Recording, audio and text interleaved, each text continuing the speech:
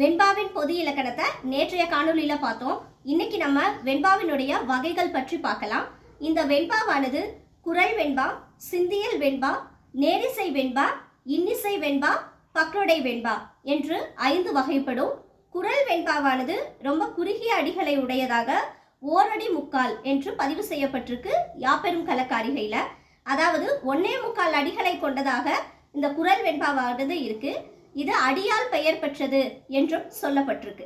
அடுத்ததாக இருக்கக்கூடியது சிந்தியல் வெண்பா.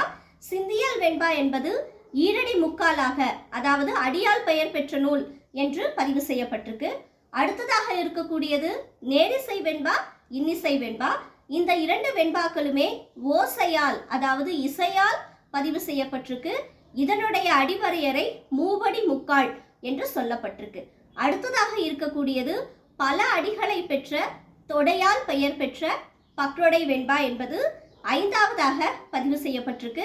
நாளைய காணொலியில நேரிசை சிந்தியல், இன்னிசை சிந்தியல், குறள் வெண்பா, இன்னிசை வெண்பா, பக்ரோடை வெண்பா, அதனுடைய வகைப்பாடுகள், தொடை விகற்பங்கள், இது எல்லாவற்றையும் பற்றி பார்க்கலாம். வெண்கற்ற குடையை பதிவு செய்து கொள்ளுங்கள். நன்றி, வணக்கம்.